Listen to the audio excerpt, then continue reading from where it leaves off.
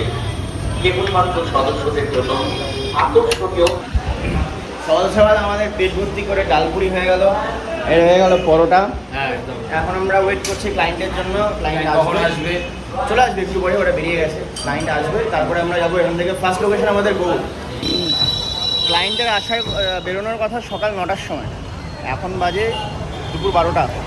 আমরা জাস্ট আসলাম এখন।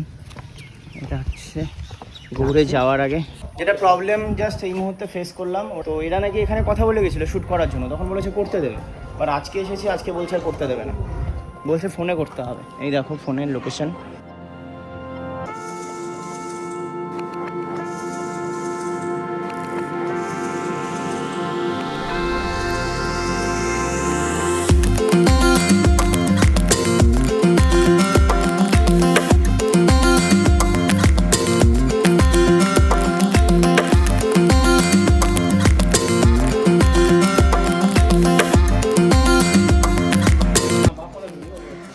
আচ্ছা, কিছু ইম্পর্টেন্ট টিপস তোমাদের সাথে শেয়ার করি।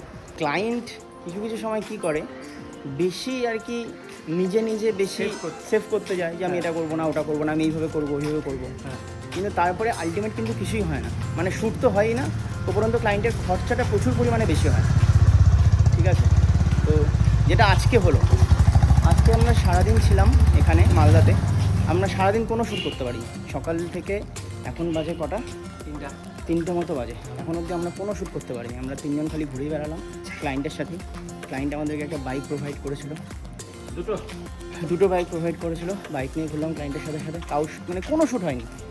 আমরা ক্লায়েন্টের বাড়িতে বাইকগুলো নামালাম, মানে বাইকগুলো রাখলাম, রেখে এখন আমরা যাব হচ্ছে হোটেলে খাওয়া দাওয়া করতে। এবার আমি দিশারির ওখানে একটা সুরুচি হোটেল আছে, খুব সুন্দর হোটেলটা, ওইখানে আমরা এখন যাবো, সবাই মিলে খাওয়া দাওয়া করবো। দিশারি হোটেল, দিশারি তোমার ওইখানে ওই সুরুচি একটা হোটেল আছে না, খাবার হোটেল, ওইখানে যাবো। সোনা স্ক্যান পার করে কত নেবে?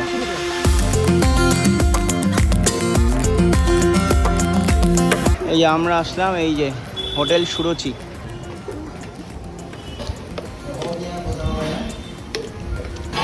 চিকেনের 1 GB প্লেট, এখানে এক প্লেট।